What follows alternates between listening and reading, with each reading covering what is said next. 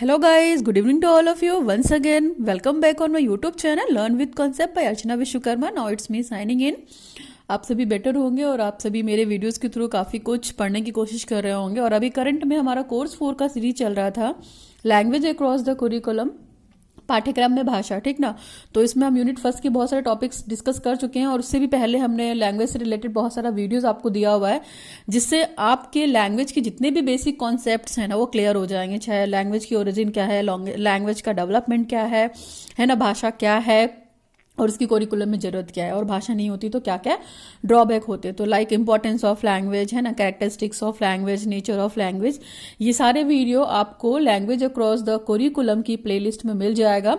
और आप यूट्यूब पे सीधे सीधे डाल के सर्च भी करोगे कि language across the curriculum playlist by Archana Vishwakarma, तो भी मिल जाएगा।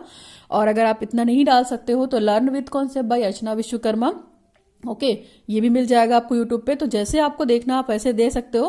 प्लेलिस्ट से आपको बहुत हेल्प मिल जाएगी कि सारे टॉपिक्स आपको एक ही जगह इकट्ठा मिल जाएगा। तो आप अपने कन्वीनियंट के अकॉर्डिंग जो भी टॉपिक आपको पढ़ना है वो पढ़ सकते हैं, ठीक ना। तो ये तो थी एक बात, ये जानकारी थी थोड़ी सी कि कोर्स 4 का भी प्लेलिस्ट आपको मिल जाएगा मेरे यूट्यूब चैनल पे learn with concept by Archana Vishwakarma, okay.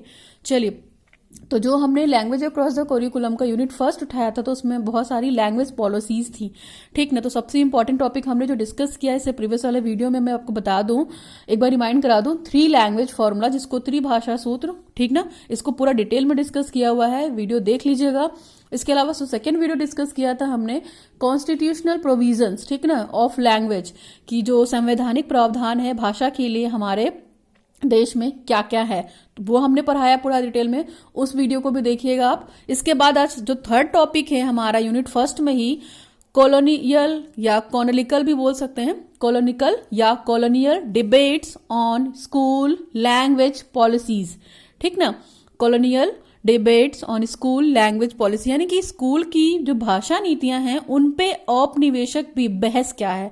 यानी कि एक तरीके का जैसे हम अपने स्कूल में डिबेट ऑर्गेनाइज कराते हैं किसी भी टॉपिक को लेकर, तो यहाँ पे जो डिबेट हो रही है, यहाँ पे जो बहस हो रही है वो भाषा नीतियां यानी कि भाषा की जो पॉलिसीज थी उससे रिलेटेड है। यानी कि आप समझ सकते हैं कि ये बहस किससे रिलेटेड होगा। और देखिए 3 लैंग्वेज और फॉर्मूला आप वीडियो देखेंगे तो बहुत सारी चीजें आपकी क्लियर हो जाएंगी। और एक कॉन्स्टिट्यूशनल वाला वीडियो जो है प्रोविजन ऑफ द लैंग्वेज, यानी कि संवैधानिक प्रावधान भाषा का, तो वो वीडियो भी देखेंगे तभी आपको यहाँ वाला टॉपिक क्लियर होगा। और बिना उन वीडियोस के थ्रू देखेंगे आप तो ये टॉपिक आपको थोड़ा सा हो सकता है टफ लगे, और टफ भी है ये टॉपिक, क्यों, क्योंकि आपको ये पूरे बुक में भी मिलेगा नहीं और यूट्यूब पे भी ये कंटेंट कहीं नहीं मिलेगा आपको, मेरे हिसाब से।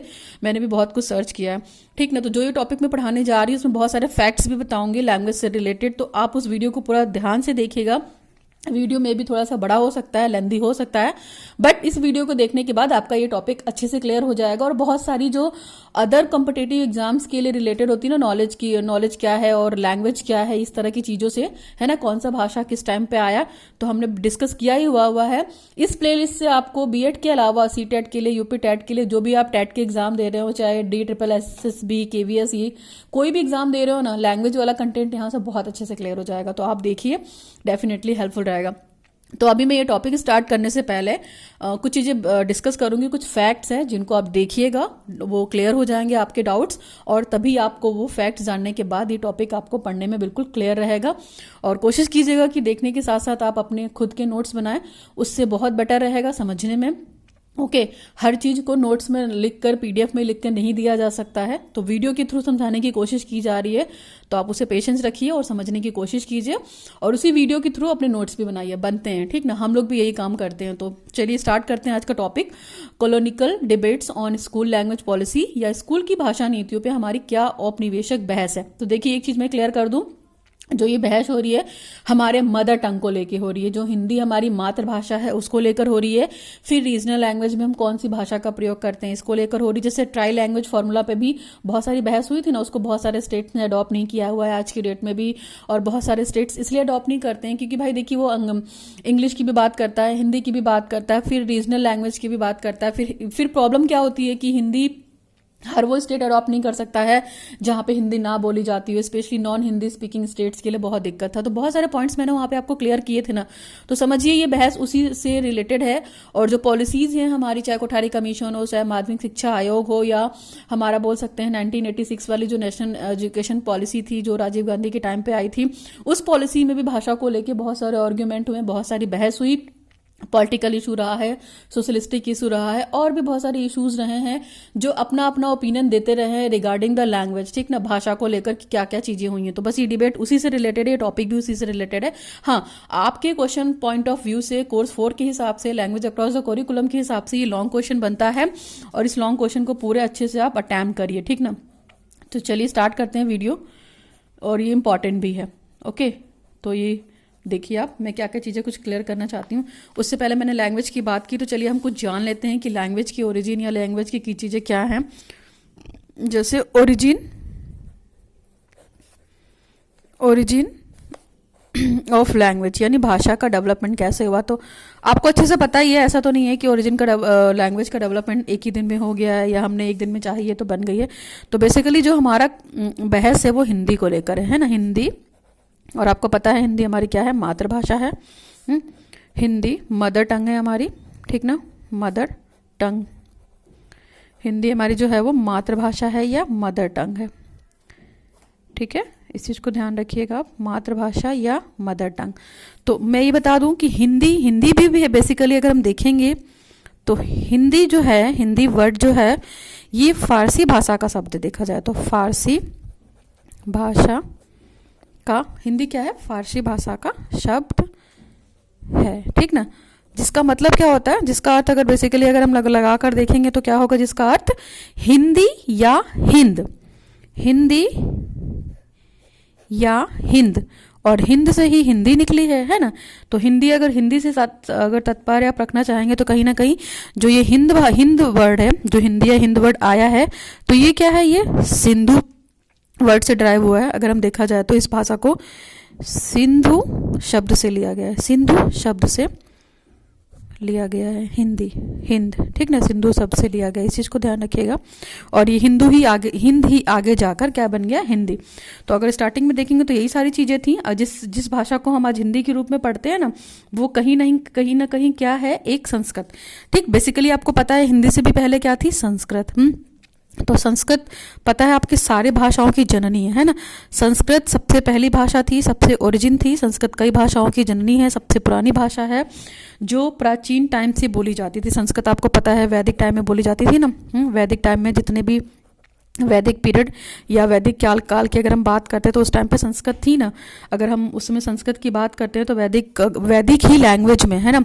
जैसे बात करते हैं हम सीधे अगर वैदिक लैंग्वेज में, तो उस समय वेद थे, वेद उपनिषद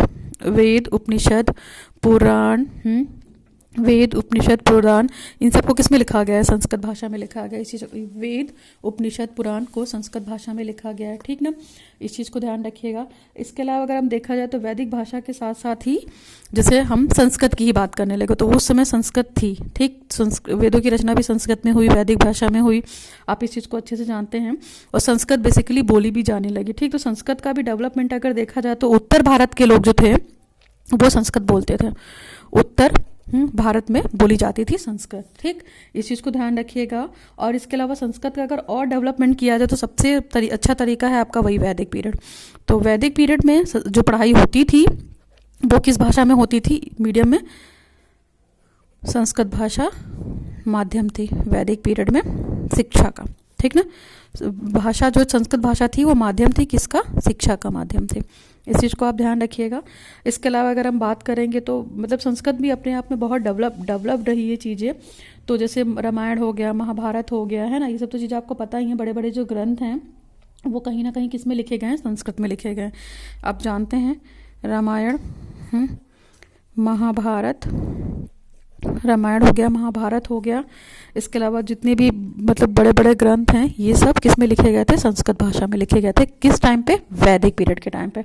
ये चीज़ आपको अच्छे से पता है ना। चाहे उस समय वाल्मीकि हों, है ना, फिर व्यास जी हों, बहुत सारे जो संस्कृत विद्वान थे जिन्होंने ये सब चीज़ों को की रचना की। चाहे कालिदास का ले लीजिए आप, इसके बाद भैरवी, मास, ये सारे लोग थे जिन्होंने संस्कृत पे बहुत काम किया, ठीक ना। इसके अलावा ये जो भाषा, संस्कृत भाषा का जो अच्छा डेवलपमेंट था वो वैदिक पीरियड में देखने को मिलेगा।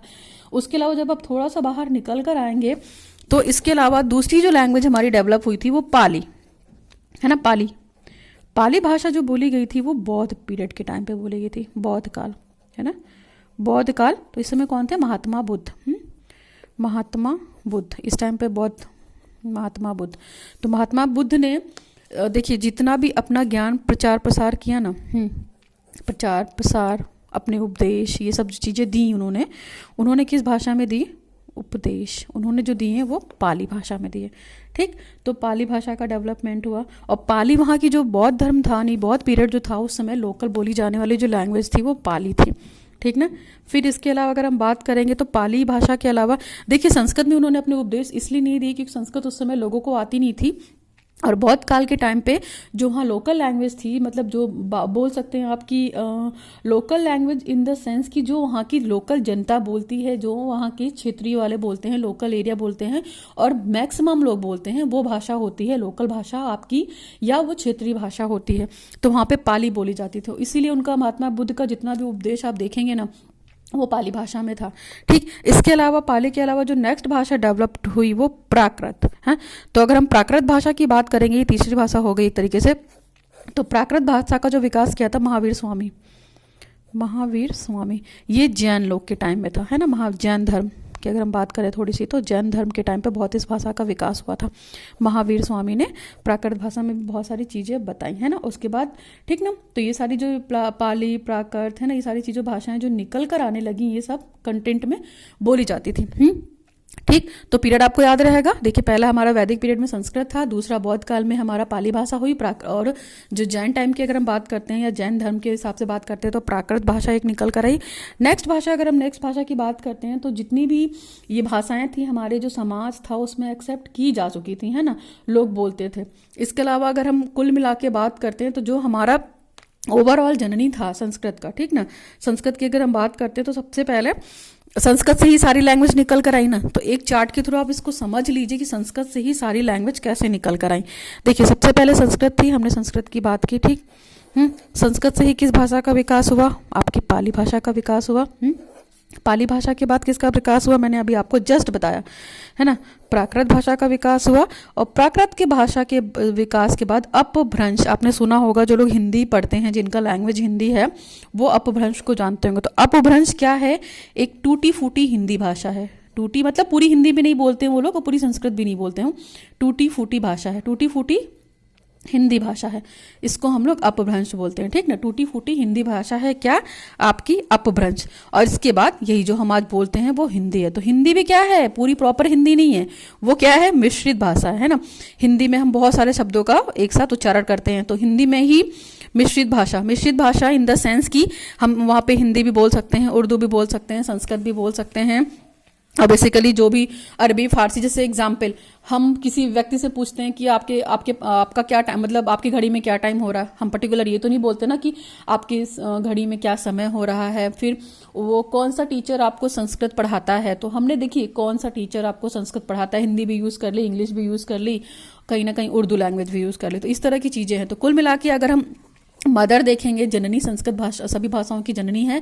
संस्कृत के बहुत सारे शब्द आपको अलग अलग भाषाओं में देखने को मिलेंगे जब आप पूरा भाषा के बारे में डिटेल पढ़ेंगे तो, ठीक ना। तो मैं ये आपको नॉलेज सिर्फ अपने पॉइंट ऑफ कंटेंट से दे रही हूँ कि ये चीज़ें आपको पता होना चाहिए, तभी आपका आगे का टॉपिक क्लियर होगा, ठीक। जो ये मिश्रित भाषा है हम जो बोलते हैं आज की डेट में, तो इसमें जाहिर सी बात है कि मिश्रित भाषा में आपकी क्या होगी? हिंदी भी आ जाएगी। जैसे मैंने अभी जो एग्जांपल दिया आपका, हिंदी हो गया, संस्कृत भी हो सकती है, संस्कृत के भी कुछ वर्ड यूज़ करते हैं हम लोग है ना, बेसिकली जो लोग जानते हैं संस्कृत। फिर प्राकृत भाषा भी यूज़ करते हैं। प्राकृत भाषा के अलावा अगर हम देखा जाए तो फारसी भी यूज़ करते हैं ना, और फारसी के अलावा उर्दू, तो उर्दू वर्ड भी, मतलब इतने सारे वर्डों को लेकर हम टूटी फूटी अपनी हिंदी बोलते हैं। तो ये सब क्या है? उर्दू एक्सेट्रा। और भी लैंग्वेज है जो हम बेसिकली बोलते हैं, हिंदी, संस्कृत, प्राकृत, पारसी, फारसी, उर्दू है ना, ये सारी भाषाएं मिलाकर हम अपनी हिंदी बोलते हैं। तो हम हिंदी को केवल एक ये नहीं बोल सकते हैं कि वो सिंगल वर्ड है या सिंगल अक्षर, मतलब एक अक्षर से मिलकर बना है या एक शब्द से मिलकर बना है, ऐसा नहीं है। जो हिंदी भाषा है और बहुत सारी मिश्रित भाषाओं का एक समूह है, एक तरीके से देखा जाए तो। ओके, जो अगर भाषा की बात करते हैं ना, तो देखिए भाषा है, अगर नोट करके देखा जाए तो देखिए नोट 1 आप याद रखिएगा। भाषा से ही उपभाषा निकल कर आती है ना, उपभाषा, और उपभाषा से निकल कर आती है बोली। ये तीनों चीज़ों में थोड़ा थोड़ा डिफरेंस है। डिफरेंस समझिए, भाषा क्या होती है, जो पूरे प्रादेशिक लेवल पे, पूरे बड़े लेवल पे, राष्ट्र लेवल पे या राज्य लेवल पे बोली जाती है। उपभाषा क्या होती है, बेसिकली यहाँ पे एरिया वाइज बोली जाती है, आपकी रीजन वाइज बोली जाती है। और बोली क्या होती है, पर्टिकुलर छोटे से जो प्रांत में बोली जाती है ना, जो बेसिकली बहुत सारे छोटे छोटे प्रांतों में जो बोली जाती है, वो भाषा आपकी बोली कहलाती है। तो ये सब चीज़ें भी डेवलपमेंट निकल कर आए एक तरीके से देखा जाए तो। तो अगर हम बात करते हैं थोड़ी सी हिंदी की और लैंग्वेज, तो देखिए हिंदी पे ही सारी बहस है और हिंदी को ही लेके सारे आर्गुमेंटों में है। तो अगर अगला नोट अगर हम बताना चाहेंगे, तो नेक्स्ट नोट मेरा देखिए ये हो सकता है कि आज की डेट में कम से कम 180 मिलियन, है ना, 180 मिलियन लोग ऐसे हैं जो क्या करते हैं, मतलब 180 मिलियन से अधिक लोग क्या करते हैं, हिंदी यूज करते हैं। आप सोचिए कितना हो गया, 180 मिलियन, ये डिजिट याद रखिएगा। 180 मिलियन से अधिक लोग क्या करते हैं, हिंदी बोलते हैं, है ना, हिंदी बोलते हैं। हिंदी बोलते हैं मतलब क्या हो गया, यानी कि उनका जो मातृभाषा है वो क्या है, वो हिंदी है। 180 मिलियन से ज़्यादा लोग, तो आप समझ लीजिए कि हिंदी एक ऐसा भाषा है जो बेसिकली हर जगह बोला जाता है, बहुत ज़्यादा नहीं तो बहुत कम भी नहीं। आप ये नहीं कह सकते कि यहाँ पे हिंदी कोई नहीं जानता है, टूटी फूटी हिंदी सभी जानते हैं। और 180 मिलियन से अधिक लोग ऐसे हैं जो अपनी मातृभाषा के रूप में हिंदी को बोलते हैं, ठीक ना। और अगर एक और नॉलेज आपको देना चाहूँ तो मैं 300 मिलियन लोग ऐसे हैं जो क्या, हिंदी को दूसरी भाषा के रूप में एक्सेप्ट करते हैं। यानी कि अगर उनकी फर्स्ट लैंग्वेज इंग्लिश है, ठीक ना, तो वो दूसरी लैंग्वेज हिंदी को प्रेफर करते हैं, है ना, दूसरी लैंग्वेज हिंदी को प्रेफर करते हैं, हिंदी भाषा। तो आप ये सोचिए दूसरी भाषा के रूप में भी हिंदी भाषा दूसरी भाषा के रूप में प्रयोग करते हैं, यानी कि दूसरी भाषा सेकेंड लैंग्वेज के रूप में, दूसरी भाषा के रूप में 300 मिलियन लोग ऐसे हैं। तो आप समझ लीजिए हिंदी कहाँ नहीं है, हर जगह हिंदी है। तो हम क्यों नहीं चाहेंगे कि हिंदी का प्रचार प्रसार हो, हिंदी हम क्यों नहीं बोलना चाहेंगे। तो 180 मिलियन लोग ऐसे हैं जो हिंदी बोलते हैं और हिंदी को अपनी मातृभाषा के रूप में एक्सेप्ट करते हैं, और 300 मिलियन लोग ऐसे हैं जो दूसरी भाषा के रूप में हिंदी को एक्सेप्ट करते हैं, यानी कि सेकेंड लैंग्वेज अगर उनकी हम बात करेंगे तो वो हिंदी को एक्सेप्ट करते हैं, ठीक ना। इस चीज़ को आप ध्यान रखिएगा। ओके, बेसिकली तो ये मोटी मोटी नॉलेज थी, मैंने आपको बता दिया कि हिंदी का कितना वर्चस्व है हमारे समाज में। चलिए नेक्स्ट नोट अगर आपसे डिस्कस करना चाहूँगी, आप देखते जाइए बस क्या क्या चीज़ें हैं, लेकिन आपके लिए पूरी फैक्टफुल चीज़ें हैं, आपका जानना बहुत ज़रूरी है। और अगर हम देखा जाए तो जैसे उर्दू, तो आपको पता है ना कि पाकिस्तान में क्या बोला जाता है, पाकिस्तान में उर्दू बोलते हैं, ठीक ना, पाकिस्तान के लोग उर्दू बोलते हैं, ठीक, उर्दू भाषा। तो उर्दू भी क्या है, उर्दू भाषा की अगर हम बात करते हैं तो ये भी हिंदी की उपभाषा है। जो ये उर्दू है वो हिंदी की क्या है, उपभाषा है, हिंदी से ही निकल कर आई है उर्दू, और ये हिंदी की उपभाषा है उर्दू। इस चीज़ को ध्यान रखिएगा, उर्दू भाषा जो है हिंदी की उपभाषा है ना। और अगर हम बात करते हैं तो 41 मिलियन 41 मिलियन लोग 41 मिलियन लोग उर्दू बोलते हैं, ठीक ना, उर्दू बोलते हैं। ये एक नोट याद रखिएगा कि 41 मिलियन लोग उर्दू बोलते हैं, ठीक ना। और बेसिकली ये पाकिस्तान की भाषा है और यहाँ इंडिया में भी, भारत में भी बोला जाता है। तो आप भी समझ सकते हैं 41 मिलियन में बहुत सारे लोग हैं जहाँ पे उर्दू बोली जाती है, ठीक। दूसरी चीज़, अब जैसे आपको भाषा पता हो गया, लैंग्वेज पता है, इसके बाद लिपि जानते हैं आप। लिपि क्या होता है, लिपि जो होता है, हमारी लिपि आपको पता है क्या है, देवनागरी लिपि, है ना, देवनागरी लिपि। और इस लिपि को आप याद रखिएगा, देवनागरी लिपि जो है वो संसार की सबसे बेहतरीन लिपि है। इससे बेस्ट लिपि आपको कहीं नहीं मिलेगी। संसार की सबसे बेहतरीन संसार की सबसे बेहतरीन लिपि है, इससे बेस्ट कुछ नहीं है। देखिए लिपि का मतलब निकल कर क्या हुआ, लिपि का मतलब ही हो गया कि लिखने की क्या प्रक्रिया, आप, है ना। अगर हमको चलिए बोलना आ जाएगा लेकिन हमको लिखना नहीं आएगा तो हम चीज़ों को कैसे एग्जीक्यूट करेंगे।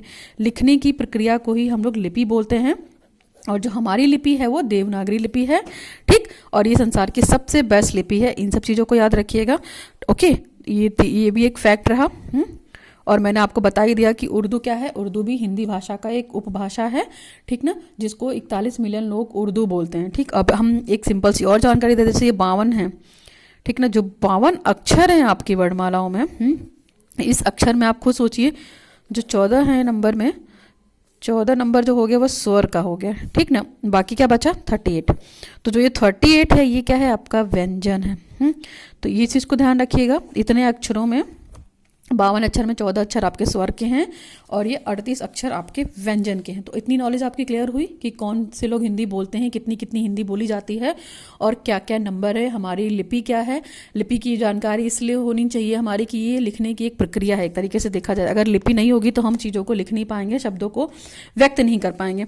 जैसे एक एग्जाम्पल मैं देना चाहूँगी कि जैसे मान लीजिए हमारी लिपि नहीं होती तो इसको आप क्या पढ़ेंगे? इसको आप कैमरा पढ़ेंगे, है ना, क्या पढ़ेंगे? कैमरा, ठीक। अगर दूसरा एग्जाम्पल देना चाहूँ, चेयर, तो अब इसको चेयर क्यों पढ़ने लगे आप? देखिए ये भी एक तरीका है ना लिखने का, चेयर।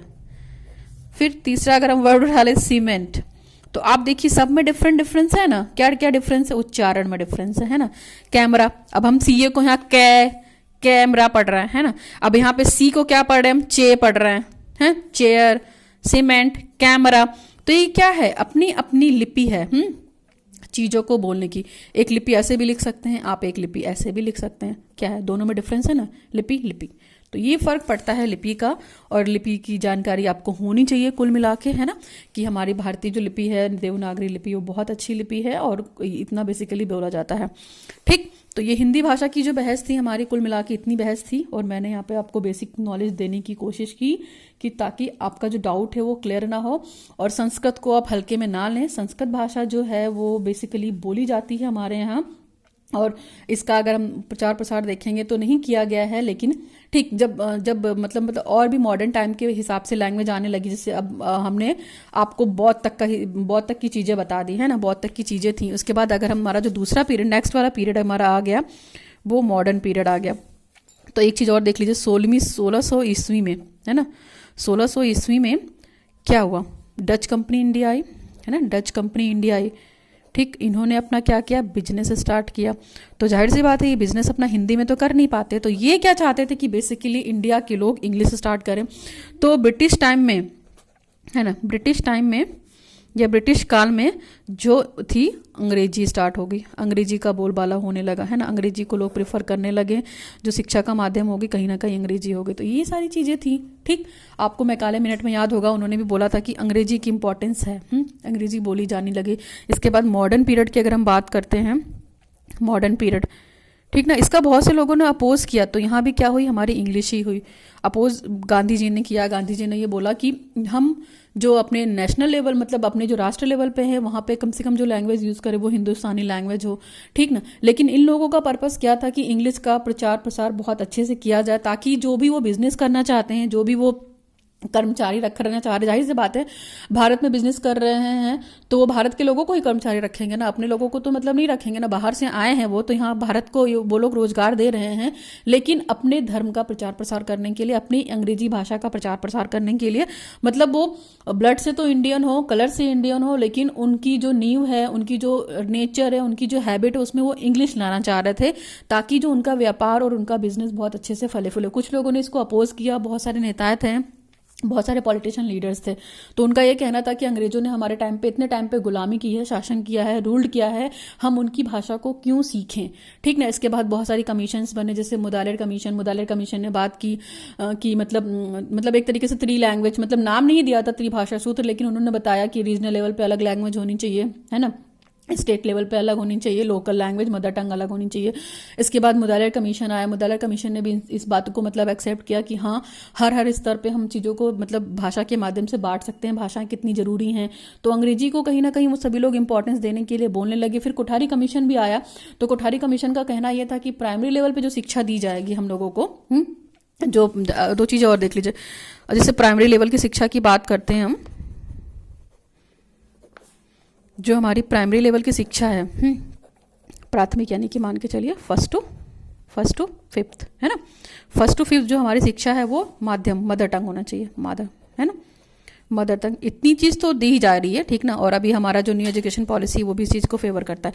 अगर हम सेकेंडरी लेवल पर देखेंगे तो माध्यमिक शिक्षा आयोग का ये कहना था, सेकेंडरी लेवल पे भी अलग अलग लेवल पे माध्यम मतलब मदर टंग को देखा जाने लगा। तो इतनी चीज तो थी, ठीक ना, लेकिन कुछ चीजें एक्सेप्ट नहीं हो पाई कि केवल मदर टंग को ही लेकर हम कैसे काम करेंगे, फिर ये चीज फेल हुई।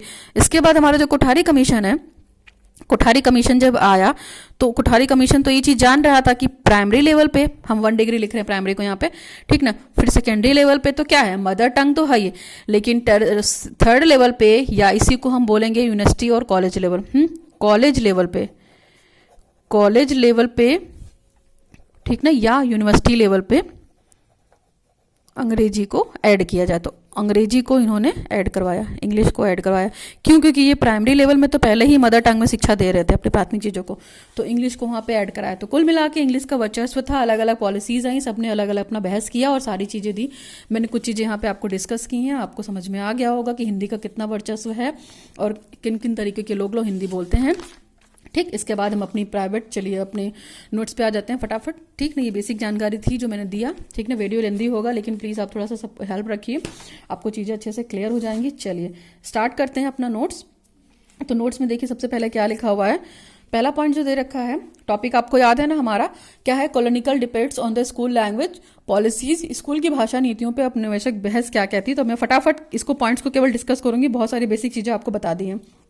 देखिए पहला पॉइंट दे रखा है, language policy is the official policy resulting from the language planning, okay, and इसके अलावा देखा जाए imposed in the deliberate attempt to change the language behaviour by means to the official language.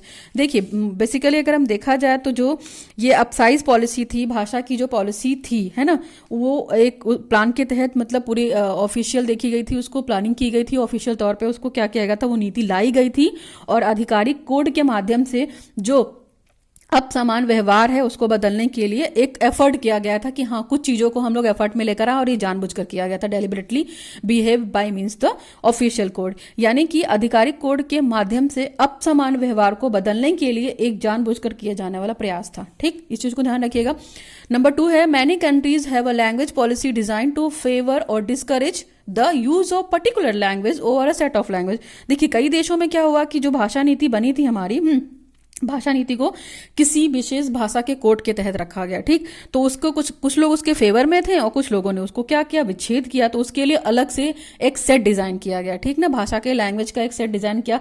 क्योंकि देखिए जितने भी स्टेट थे जरूरी नहीं कि वो मदर टंग को मतलब हिंदी को as a mother tongue use करें, अपने अपने स्टेट वाइज, अपने अपने लोकल एरिया वाइज वो अपना मदर टंग चूज करने के लिए फ्री थे, ठीक। तो उनके लिए बेसिकली जो जैसे ये बात करते हैं ना कि एक भाषा को पढ़ के तो हमारा कुछ भी फायदा नहीं होगा कि केवल हिंदी पढ़ के फायदा हो जाएगा या केवल इंग्लिश पढ़ के फायदा हो जाएगा, नहीं। हिंदी, संस्कृत, ठीक है, हिंदी, संस्कृत, अंग्रेजी, फिर तमिल, तेलुगु, मतलब कुछ ना कुछ लोग ऐसे होते हैं जिनको बहुत सारी भाषाओं का ज्ञान होता है, तो वो भी क्या है, एक तरीके की नॉलेज है। तो भाषा पे जो बहस हो रही है कि हमें कितनी भाषाएं सीखी जाए, ऐसी तो नहीं है कि बहुत सारी भाषाएं लाद देंगे हम तो जो हमारे स्कूल का पाठ्यक्रम है उस पर पूरा लोड हो जाएगा, बच्चे पे लोड हो जाएगा। भाई बच्चा एक बार में कितनी भाषाओं को सीखेगा, ठीक ना। तो ये सब चीजें थी, तो उसके लिए अलग स्टेट वाइज अलग मतलब लैंग्वेज का कोड, लैंग्वेज का सेट तैयार किया गया। नेक्स्ट पॉइंट है, the need for a language policy is there a different language. अगर हम बात करते हैं तो मतलब भाषा के लिए ही, भाषा की जैसी आवश्यकता थी उसके हिसाब से डिफरेंट लेवल पर डिफरेंट भाषा को देखा गया, ठीक। चलिए नेक्स्ट पॉइंट हमारा जो दे रखा है, for official use of language, example administration या लॉ। अगर हम बात करते हैं तो भाषा के आधिकारिक उपयोग के लिए, मतलब जहाँ पे जो अधिकारी लोग यूज कर रहे हों, जैसे उसमें हम बात अधिकारी में इन द सेंस की प्रशासन के काम के लिए, एडमिनिस्ट्रेशन के काम के लिए जो लॉज वगैरह थे, रूल्स वगैरह थे, सुप्रीम कोर्ट वगैरह है ना, हाई कोर्ट वगैरह, तो वहाँ पे जो लैंग्वेज यूज की गई वो क्या थी, ऑफिशियल के लिए अलग लैंग्वेज यूज होगी, ऑफिशियल यूज ऑफ लैंग्वेज यानी कि भाषा के आधिकारिक उपयोग के लिए, मतलब एडमिनिस्ट्रेशन का काम करने के लिए अलग भाषा होगी। नंबर 2 क्या है, use of language eight regional level, और क्षेत्रीय स्तर का जो काम होगा उसको करने के लिए अलग तरह की भाषा होगी। थर्ड पॉइंट दे रखा है यहाँ पे, language for the wider communication, और अगर देखा जाए तो कम्युनिकेशन के लिए, बड़े कम्युनिकेशन के लिए, एक तरीके से व्यापक संसार के लिए अलग भाषा का यूज होगा, चाहे वो मास मीडिया हो, ठीक है, उसके लिए अलग से अलग लैंग्वेज यूज की जाएगी, ठीक ना। जैसे जिसकी आवश्यकता है उसके हिसाब से वो लैंग्वेज यूज की जाएगी, ये कहने का मतलब है, थोपा नहीं जाएगा।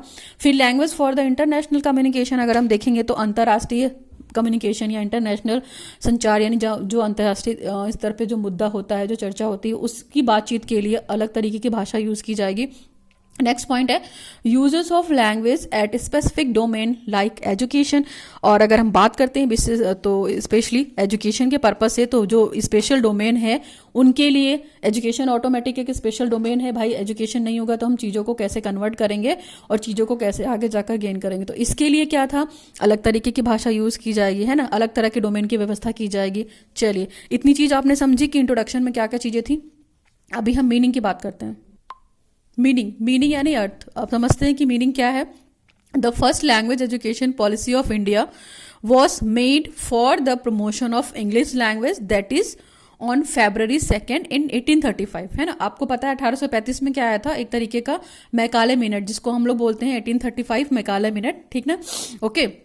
और 1824 मैकाले मिनट मतलब स्टार्टिंग ही हो गया था, और मैकाले मिनट ने ये प्रस्ताव रख दिया था कि जो भाषा होनी चाहिए, लैंग्वेज जो होनी चाहिए एजुकेशन पॉलिसी और शिक्षा के हिसाब से वो इंग्लिश होनी चाहिए। इसने इंग्लिश का प्रमोशन किया था।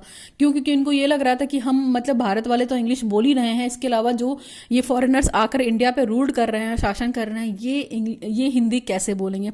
तो इनके हिसाब से अपने बिजनेस को बढ़ाने के लिए, अपने व्यापार को प्रमोट करने के लिए, और दूसरी चीज़ अपने रिलीजन को बढ़ाने के लिए, है ना, अपनी भाषा को बढ़ाने के लिए, अपने कल्चर को बढ़ाने के लिए इन्होंने इंग्लिश का प्रमोशन किया था। और सबसे पहले ये बात रखी थी 1835 में, मैकाले मिनट के नाम से ये फेमस है, ठीक। तो ये हुआ था और इन्होंने यही चीज़ कहा था कि इंग्लिश का प्रमोशन किया था। तो देखिए, the first language education policy of India was made for the promotion of English language that is on February 2 in 1835। यानी कि जो भारत की पहली शिक्षा नीति थी, जो पहली भाषा शिक्षा नीति थी, उसमें अगर देखा जाए तो अंग्रेजी भाषा स्पेशली अंग्रेजी के लिए बोली गई थी, है ना। देखिए लिखा हुआ प्रमोशन ऑफ इंग्लिश, जो कि रखी गई थी कब, 2 फरवरी 1835 के मैकाले मिनट में, ठीक। इनका जो पूरा नाम था वो थॉमस बैगिंगटन, ठीक ना, थॉमस बैगिंगटन मैकाले। इसी में सब कुछ प्रेजेंट किया गया था कि इंग्लिश को Indian language policy was introduce, ठीक। ये उस समय इंट्रोड्यूस की गई थी और उनका ये प्रमोशन था कि इंग्लिश लैंग्वेज को रखा जाए, और जो कि पूरे मैकाले मिनट पे बेस्ड था, ठीक ना। नेक्स्ट पॉइंट देखिए क्या है। नेक्स्ट पॉइंट है हमारा, it says we must present do our best to form a class who may be interprets between us and a million whom we govern। देखिए इसका क्या मतलब है कि इस मिनट में कहा गया था कि हमें वर्तमान में मतलब प्रेजेंट टाइम में एक ऐसा वर्ग चाहिए, एक ऐसा क्लास मतलब बनानी है, हमें पूरी उसकी कोशिश करनी है जो उन लाखों लोगों के बीच में हमारी बात को कह सके। तो जाहिर सी बात है कि हिंदी तो कोई कन्वे कर नहीं पाएगा। तो उनके कहने का मतलब था कि हम भारतीयों को अंग्रेजी की शिक्षा दें, ठीक ना, लेकिन अंग्रेजी की शिक्षा के देने के साथ साथ उनको हम इस मामले में भी ट्रेंड कर दें कि वो हमारी बात जनता तक पहुंचाएं और जनता की बात हम तक आकर बोलें। कुल मिलाकर इस मैकाले मिनट में यही कहा गया था कि हमारे वर्तमान में एक ऐसा वर्ग बनाने की पूरी कोशिश करनी चाहिए जो हमारे और उन लाखों लोगों के बीच में क्या हो, इंटरप्रेटेटर का काम कर सके, है ना, इंटरप्रेटेट्स का काम करे या व्याख्याकार का काम करे, ठीक ना, जिन पे हम रूल करते हैं, जिन पे हम शासन करते हैं। We need a class of person, let them Indian in blood and color, but English in taste, in opinion, in moral and intellect। मतलब उनके कहने का मतलब था कि हमें ऐसे व्यक्तियों का एक वर्ग चाहिए जिसमें उनका जो ब्लड यानी कि उनका जो खून है और रंग है वो भारतीय रहे, लेकिन जो टेस्ट है उसमें क्या है, उसमें इंग्लिश आ जाए, है ना, उनकी जो टेस्ट है उसमें इंग्लिश आ जाए, जो उनका थॉट है यानी उनके जो विचार है उसमें इंग्लिश आ जाए, और जो वो बुद्धि से सोच रहे हैं, जो वो मॉरलिटी कर रहे हैं उसमें इंग्लिश आ जाए। कुल मिला के उनका मोटो ये था कि उनके खून में इंग्लिश भर दी जाए, उनके टेस्ट में इंग्लिश भर दी जाए, भले वो कलर से और ब्लड से क्या हो, इंडियन हो, बट जो उनका टेस्ट हो और जो उनका ओपिनियन हो, जो उनके मॉरल्स हो, जो उनका बौद्धिक मतलब इंटेलेक्चुअल एक्टिविटी हो या बौद्धिक चीजें हो या बुद्धि हो, उसमें क्या हो, उसमें इंग्लिश की स्मेल आए उसमें, ठीक ना। नेक्स्ट पॉइंट है हमारा, this minute implies that English was introduce in the Indian educational system for the purpose of getting servants with English language. देखिए इस मिनट में मतलब ये इस मिनट का टोटल ये भी कहने का मतलब था कि जो भाषा का माध्यम होगा, अंग्रेजी भाषा के ज्ञान को हमें क्या करना है, बिल्कुल मतलब प्रमोट ही करना है उसको, और अंग्रेजी भाषा के ज्ञान के साथ साथ नौकरों के लिए जो भारतीय शिक्षा प्रणाली में अंग्रेजी है, मतलब जो गवर्नमेंट जॉब कर रहे हैं उस टाइम पे इनके सिस्टम में जो काम कर रहे हैं उनको इंग्लिश आनी चाहिए ताकि वो आगे जाकर इनके लिए सर्वेंट का काम कर सके, है ना। जाहिर सी बात है भाई, भारतीयों को जॉब चाहिए क्योंकि बेरोजगार थे, तो बेरोजगार से रोजगार होने के लिए वो इंग्लिश को सीखना प्रेफर कर रहे थे और इंग्लिश सीख रहे थे, ठीक ना, मेन यही था। नेक्स्ट पॉइंट है, however during the freedom struggle period Gandhi vehemently, ठीक ना, opposes the and wanted to the throw out English from Indian nation but he failed in his attempt. देखिए इन सब चीज़ों से इतना जब कॉन्ट्रोवर्शियल चीज़ें हुई तो महात्मा गांधी बहुत दुखी हुए थे, और हालांकि उनको पता था ये चीज़ कि स्वतंत्रता प्राप्ति के मतलब स्वतंत्रता भाई फ्रीडम फाइटर रहे हैं महात्मा गांधी, तो वो ये क्यों चाहेंगे कि जिन अंग्रेजों ने हमारे भारत देश पे शासन किया है तो हम उन्हीं की लैंग्वेज को प्रमोट करें, उन्हीं की लैंग्वेज का प्रसार करें। और देखिए गांधी जी तो हमेशा बुनियादी शिक्षा के प्रवर्तक रहे हैं और वो भी मातृभाषा के सपोर्टर रहे हैं। उनका ये कहने का मतलब है कि कम से कम बच्चे को प्राथमिक स्तर पे माध्यमिक स्तर पे उसकी मातृभाषा का ज्ञान कराया जाए, ठीक ना। और उनकी पूरी जो बेसिक एजुकेशन शिक्षा है, ठीक ना, जिसको नई तालीम के रूप में आज हम पढ़ रहे हैं, तो वो भी कहीं ना कहीं आज रनवे है, सक्सेसफुल है, तो वो इनका बेसिक था। लेकिन स्वतंत्रता संग्राम के दौरान जब गांधी जी ने इस चीज़ का विरोध किया तो उनके कहने का मतलब था कि जो भारतीय राष्ट्र हैं उसमें अंग्रेजी को निकालना चाहो। वो नहीं चाहते थे कि इंग्लिश आए और इतनी हावी हो कि हम अपनी मातृभाषा को भूल जाएं। लेकिन क्या उनका एफर्ट जो रहा वो फेल रहा, ठीक, सक्सेसफुल नहीं रहा, वो विफल रहे अपने प्रयास में। फिर after independence he proposed some suggestion to the government for the promotion, ठीक है। स्वतंत्रता प्राप्ति यानी कि 1947 के बाद उन्होंने सरकार को कुछ अपने सजेशंस दिए। उन सजेशंस में ये क्या कुछ बातें कही जिनको कहा कि सरकार को ये चीज़ें माननी चाहिए, ठीक ना। तो पहला पॉइंट देखिए इसमें क्या है, regional language for the state affairs. उनके कहने का मतलब था कि जो राज्य के मामले हैं उनके लिए रीजनल लैंग्वेज यानी कि जो हम पर्टिकुलर जिस स्टेट में रह रहे हैं वहाँ की लैंग्वेज फॉलो करें, क्षेत्रीय भाषा फॉलो करें। दूसरा पॉइंट है हिंदुस्तानी फॉर द नेशनल अफेयर्स, यानी कि राष्ट्रीय मामलों के लिए क्या हिंदुस्तानी भाषा का यूज़ किया जाए। जो नेशनल लेवल पे जो मामले हमको हैंडल करनी है, जो बातचीत करनी है, जो कॉन्फ्रेंस करनी है, जो चर्चा करनी है, जो इश्यूज मुद्दे बहस हो, जो भी कार्य काज करना है ऑफिशियल पर्पज से नॉन ऑफिशियल पर्पज से, वो लैंग्वेज क्या होनी चाहिए, नेशनल लेवल पे हिंदुस्तानी होनी चाहिए। ओके, तीसरे पॉइंट पे हम आते हैं। देखिए तीसरे पॉइंट में इन्होंने कह रखा है कि English for the world affairs, और जो इंग्लिश भाषा है, जो इंग्लिश लैंग्वेज उसको हम वर्ल्ड के लिए रखें, यानी कि विश्व की जो मामले हैं उनके लिए इंग्लिश रखें। जो थर्ड पॉइंट था English for the world affairs, उनका ये कहने का मतलब था जो विश्व मामले हैं जो हम इंटरनेशनल लेवल पे करेंगे उसके लिए भाषा का माध्यम अंग्रेजी रखा जाए। नेक्स्ट पॉइंट है वो shortly after gaining independence the Indian government create the status based on linguistic boundaries.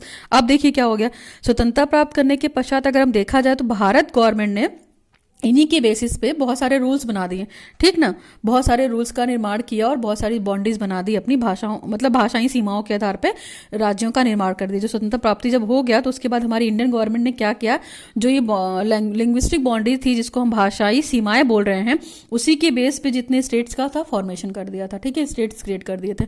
Next point है हमारा For the most part, each state has a majority language which takes precedence, ठीक, over the many others which also exist in the region, ठीक। उनके कहने का मतलब क्या था कि अधिकांश तौर पे अधिकांश भाग के लिए जो मतलब मोस्ट प्रोबेबली बोला जाता है फॉर मोस्ट पार्ट, ठीक, तो प्रत्येक राज्य में एक बहुसंख्यक भाषा होगी जो जहाँ पे जो बेसिकली एक राज्य के लोग बहुत सारा एक ही लैंग्वेज के लिए यूज करते हैं, जो बोली यूज करते हो बेसिकली जो ज्यादा से ज्यादा लोग बोलते हैं उसको हम लोग बहुसंख्यक भाषा बोलते हैं।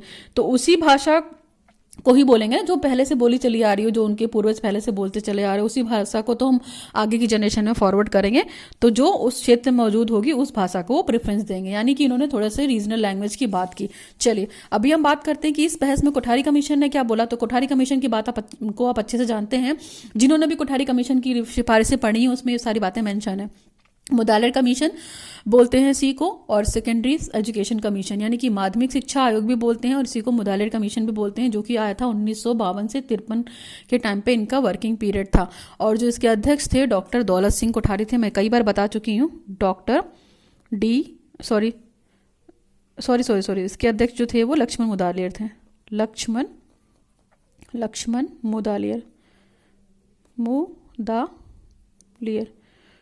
लक्ष्मण मुदालिर थे, ठीक ना। इसके जो अध्यक्ष थे वो लक्ष्मण मुदालिर थे, नॉलेज के लिए आप ध्यान रखिएगा, कभी कभी पूछा जाता है, ठीक ना। अध्यक्ष जो थे इसके लक्ष्मण मुदालिर थे और ये माध्यमिक शिक्षा आयोग था। तो इनका क्या कहना था ये भी देख लीजिए आप। Recommended that the mother tongue or the regional language should generally be the medium of instruction throughout the secondary school stages. इनका कहने का मतलब था कि जो माध्यमिक शिक्षा आयोग था उनकी 1952 से 53 में जो सिफारिश थी उसमें ये थी कि मातृभाषा या क्षेत्रीय भाषा आमतौर पे पूरे माध्यमिक विद्यालय के चरणों में शिक्षा का माध्यम होना चाहिए। यानी कि माध्यमिक शिक्षा पे, माध्यमिक स्तर पे बच्चों को जो शिक्षा दी जा रही है उसमें पूरे रीजनल भाषा यानी हमारी जो मदर टंग है वो उसी का प्रचार प्रसार होना चाहिए, और जो शिक्षा देनी चाहिए वो शिक्षा का जो माध्यम होगा वो क्या होगा, मातृभाषा होगा। फिर subject to the provision that for the linguistic minorities special facilities should be made available। फिर इसी प्रावधान के तहत अगर उन्होंने ये भी बोल दिया कि मतलब जो माइनॉरिटीज़ हैं, जो लिंग्विस्टिक माइनॉरिटीज़ यानी कि भाषाई अल्पसंख्यक जो हैं उनके लिए विशेष तरह की सुविधाएं उपलब्ध करानी चाहिए, जिनको हिंदी पढ़ने में दिक्कत हो रही है, चीज़ों को ट्रांसलेट करके बताएं। तो जो माइनॉरिटीज़ लिंग्विस्टिक थी उसके लिए भी इन्होंने स्पेशल फैसिलिटी की बात की मुतालिक कमीशन ने। ओके, समझ में आई ये चीज़। चलिए, now we come to the next point. Next point हमारा जो है, नेक्स्ट कमीशन जो है हमारा वो है कोठारी कमीशन। कोठारी कमीशन आपको पता है 1964 से 66 के बीच में आया था, और कोठारी कमीशन के बारे में मैंने इससे प्रीवियस वाले वीडियो में बताया है। इसके जो अध्यक्ष थे वो डॉक्टर DS कोठारी थे, ठीक ना। इसके अध्यक्ष याद रखिएगा कोठारी, डॉक्टर दौलत सिंह कोठारी, इनका पूरा नाम दौलत सिंह कोठारी था। और जो ट्राई लैंग्वेज फार्मूला था वो इन्होंने ही दिया था, इन्होंने ही इसको रिवाइज किया था, संशोधित किया था, इस चीज़ को भी ध्यान रखिएगा। चलिए, इनका जो वर्किंग पीरियड था वो 1964 से 66 था, पूछा जाता है एग्जाम्स में, याद रखिएगा। इनके हिसाब से क्या था, has also said that the college and the university stages mother tongue should be the medium. देखिए, उनके कहने का मतलब क्या था कि कोठारी आयोग ये सीधे सीधे ये बात करता है कि जो कॉलेज और विश्वविद्यालय स्तर पर शिक्षा का जो माध्यम होगा वो मातृभाषा होना चाहिए, ठीक ना। ये बात तो वो एक्सेप्ट कर रहा था, क्योंकि उनको पता था कि प्राइमरी और माध्यमिक चीज़ों पे चल रहा है तो कॉलेज लेवल पे भी आगे जाकर प्रमोट होगा। नेक्स्ट पॉइंट है the media of instruction at school is already mother tongue. और उनको पता ही था कि मतलब कॉलेज लेवल पे और यूनिवर्सिटी लेवल पे हम शुरू कर देंगे, और इसके अलावा पहले से ही स्कूल स्तर पर जो शिक्षा का माध्यम था वो मातृभाषा था। फिर नेक्स्ट पॉलिसी जो आई हमारी इन 1986, Indira Gandhi 1986 national education policy है ये, ठीक ना। इंडियन प्राइम मिनिस्टर, ये हमारी दूसरी पॉलिसी है। पहली पॉलिसी आपको पता है जो हमारी नेशनल एजुकेशन पॉलिसी थी वो 1986, ये 86 वाला है, और इससे जो पहले वाली आई थी पता ही होगा आपको 1968, ठीक ना। ये जो हमारी थी वो फर्स्ट एजुकेशन पॉलिसी थी। फर्स्ट एजुकेशन, मैं शॉर्ट में बता दूं, फर्स्ट एजुकेशन पॉलिसी थी, और जो 86 वाली थी वो सेकेंड एजुकेशन पॉलिसी है, ठीक ना।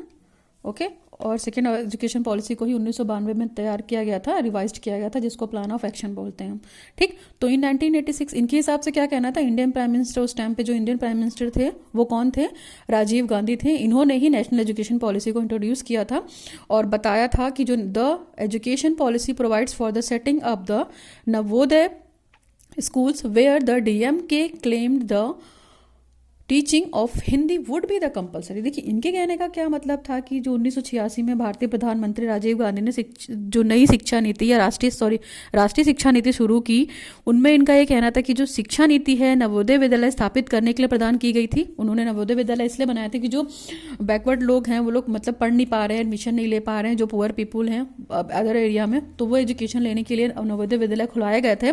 और उस नवोदय विद्यालय में ये कहा गया था कि डीएमके जो होता है, डीएमके क्या है, द्रविड़ मुनेत्रा कजरंगा, ठीक ना। द्रविड़ डीएमके जो यहाँ पे मैंने लिखा रखा है, DMK goes for the Dravida Munnetra Kazhagam, ठीक ना। KAJHA, अगर फुल फॉर्म देखना है तो मैं यहीं लिख दे रही हूँ, आप देख लीजिए डीएमके का फुल फॉर्म क्या है, दिख रहा है, डीएमके गोज फॉर द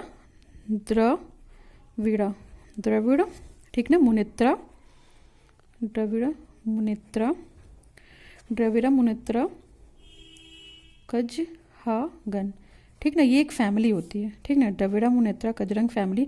तो इसके तहत बहुत सारी जो लैंग्वेजेस होती हैं वो बोली जाती हैं, ठीक ना। तो इस चीज़ में अगर हम देखेंगे द्रविड़ मुनेत्रा में तो कन्नड़ हो गया, तेलुगु हो गया, मलयालम हो गया, अलग अलग चीज़ों को तो बोली जाती है। तो उनके हिसाब से कहना था कि हिंदी को कंपलसरी किया जाए, ठीक। नेक्स्ट पॉइंट है हमारा, नेक्स्ट पॉइंट देखिए हमारा क्या है, नेक्स्ट पॉइंट दे रखा है despite being the propagation of the major North Indian language Sanskrit retains a somewhat pan-Indian character and is held in high regard by the majority of the Indians in both the North and the South. तो जो ये हमारा DMK था, Dravida मुनेत्रा कजहरंगन family, तो इसके तहत मैंने आपको बताया था कि इसमें तमिल हो गया, तेलुगु, ये सारी चीज़ें, कन्नड़, मलयालम, मतलब बहुत सारी लैंग्वेज थी.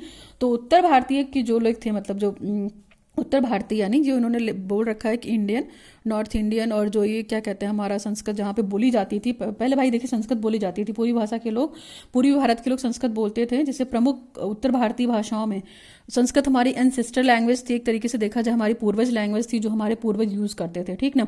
तो कुछ हद तक अभी देखेंगे जो इन भाषाओं में डीएमके के हिसाब से, तो जो अभी भी हमें कहीं ना कहीं संस्कृत के कैरेक्टरिस्टिक्स, फीचर्स वहाँ देखने को मिलेंगे जो पूरी तरीके से बरकरार हैं.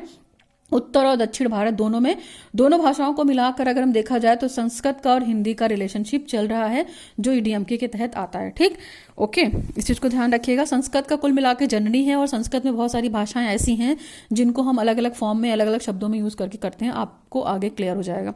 This is the largely due to the extensively borrowing from Sanskrit into the Dravidian language.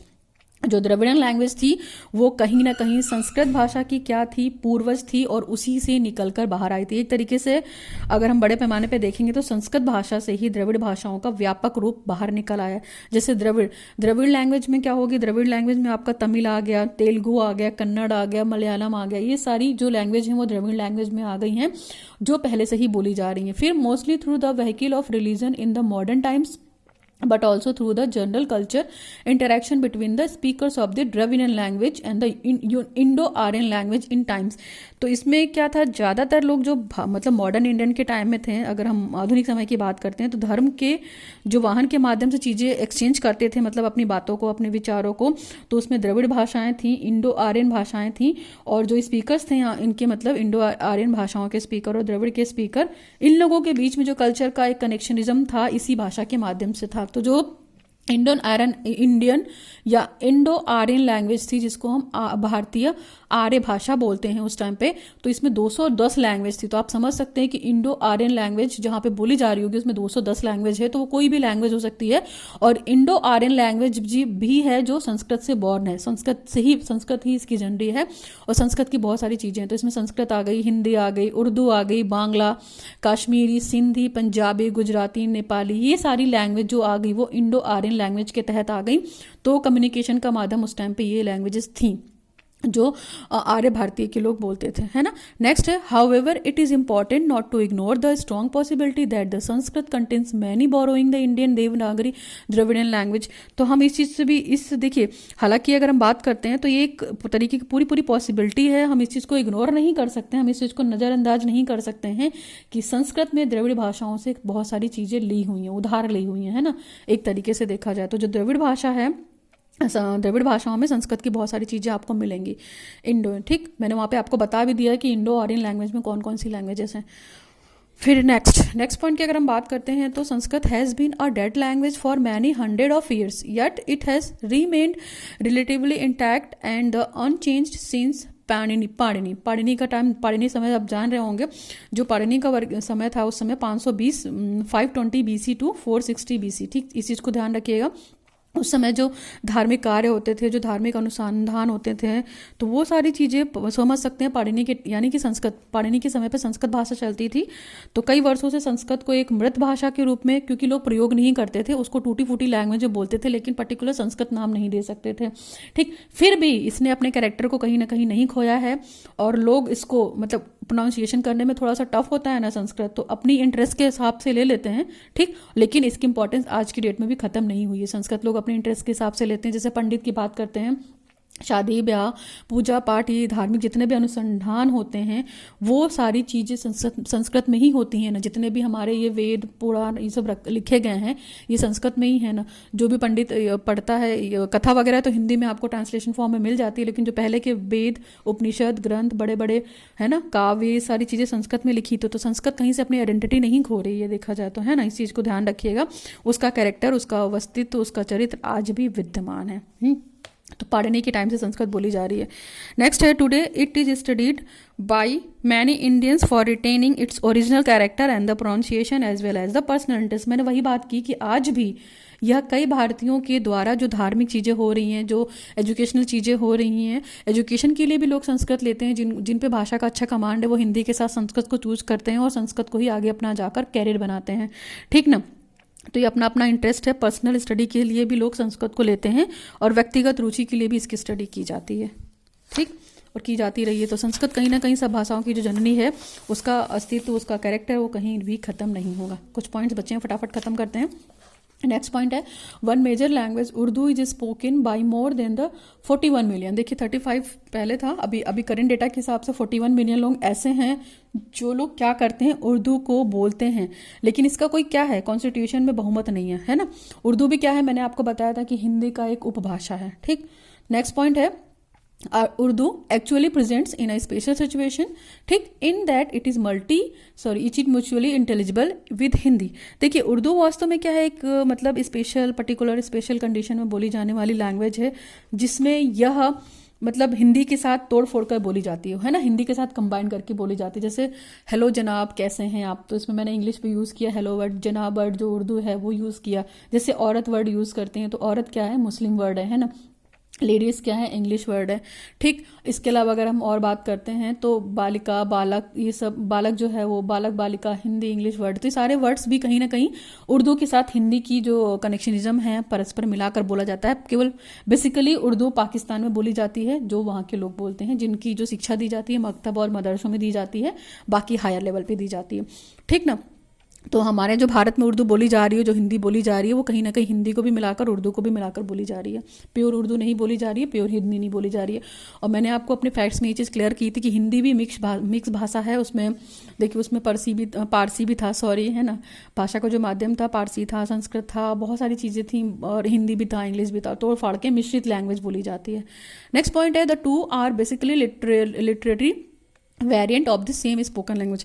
मतलब कुल मिला के अगर देखा जाए तो दो जो लैंग्वेज है, दो मूल रूप से जो लैंग्वेज है, वो एक ही बोली के लिए बोलने जाने वाला लिटरेचर फॉर्म है ना। हम उर्दू और हिंदी को मिलाकर ही बोलते हैं। फिर Urdu has a more personalized, ठीक है ना, Urdu has a more Persianized vocabulary and uses the Arabic script. जो उर्दू भाषा है उसकी जो स्क्रिप्ट क्या है, मतलब उसकी जो लिपि क्या है, वो अरेबिक है। इस चीज़ को ध्यान रखिएगा। जैसे जो उर्दू है तो उसकी जो स्क्रिप्ट है वो क्या है, उसकी स्क्रिप्ट अगर हम बात करेंगे तो अरेबिक है, अरेबिक लिपि है। उर्दू जो लिखी जाती है अरेबिक लिपि में लिखी जाती है। आपने देखा होगा ना उर्दू कैसे, उर्दू तो अजीब गरीब लिखी जाती है, कुछ ऐसे टेढ़ा टेढ़ा सा होता है, सबका अलग अलग लिखने का तरीका होता है, तो मुझे पता नहीं है, मैं सिर्फ एज एग्जाम्पल बता रही हूँ। जैसे हिंदी है, जैसे हमारी हिंदी है, तो हिंदी की जो लिपि क्या है वो देवनागरी लिपि है। इस चीज़ को भी ध्यान रखिएगा। ठीक, तो ओवरऑल ये हिंदी में क ख ग ऐसे जो भी हमारी लिपि है पर्टिकुलर। ठीक, तो ये तो Urdu has a more personalized vocabulary and uses the Arabic. जो उर्दू लिखी जाती है वो अरेबिक लिपि में लिखी जाती है, वाइल हिंदी हैज़ अ मोर संस्कृताइज। हिंदी को अगर देखा जाए, हिंदी की जो वैकैबुलरी लिपि है, आपको पता है संस्कृत के फॉर्म में लिखते हैं हम, जो अगर वैकैबुलरी बोला जाता। इसके अलावा देवनागरी लिपि हमारी क्या है, स्क्रिप्ट है, और जो कि संसार की सबसे बेस्ट स्क्रिप्ट है। ओवरऑल मैंने कोशिश की कि ये वीडियो मतलब आपको समझ में आए, और मैंने बहुत सारी चीज़ें करके समझा दी हैं। टॉपिक सच में बहुत टफ है ये, है ना। हम कितनी भी बहस करेंगे तो उसमें बहुत सारे पॉइंट्स निकल कर आएंगे। और कोठारी कमीशन की बात को जरूर डालिएगा इसमें, कि उन्होंने भी अपना पॉइंट ऑफ व्यू क्या रखा, 1986 के हिसाब से क्या था, और सेकेंडरी एजुकेशन कमीशन के हिसाब से क्या था। ठीक, ये सारी चीज़ें थी, और जो मैंने पूरा हिंदी का फैक्ट बताया उस चीज़ को ध्यान रखिएगा। मीनिंग भी समझाई मैंने आपको। इसके अलावा अगर देखा जाए तो मेरी कॉपी के अकॉर्डिंग मैंने बहुत सारी चीज़ें आपकी क्लियर की, और ये भी बताया कि ओरिजिन ऑफ हिंदी क्या है। ठीक ना, संस्कृत सब भाषाओं की जननी है। कुछ पीरियड बताएं आपको यहाँ पे करने के लिए, इस चीज़ को देख लीजिएगा। आप नोट्स बनाएंगे तो ज़्यादा अच्छे से क्लियर हो जाएगा। वीडियो को पॉज करके नोट्स बना लीजिएगा, क्योंकि सारी चीज़ें PDF में देना पॉसिबल नहीं है। ठीक है, फिर भी वीडियो आपको समझ में आएगा, और कुछ भी डाउट होता है तो आप ज़रूर पूछे कमेंट सेक्शन में। और इन सब वीडियोज़ को देखने से पहले आप एक बार लैंग्वेज की जितनी भी प्ले लिस्ट है हमारी, लैंग्वेज अक्रॉस द करिकुलम में जितने वीडियोज़ पड़े हुए उनको आप देख लीजिएगा। तो मेरी तरफ से ये टॉपिक ओके होता है, कॉलोनिकल debates on the school language policy, यानी कि स्कूल की भाषा नीतियों पे औपनिवेशिक बहस जितनी होनी चाहिए थी मैंने कर दी है। बहस इन द सेंस की डिस्कशन कर दिया है। ठीक ना, तो होपफुली आपको ये डिस्कशन अच्छा लगा होगा, मज़ेदार लगा होगा, इन्फॉर्मेटिव रहा होगा। फिर भी इन केस कोई दिक्कत होता है तो you can ask me in my comment section. So आज की वीडियो में बस करते हैं। Thanks for watching the video. Now signing off, learn with concept by Archana Vishwakarma.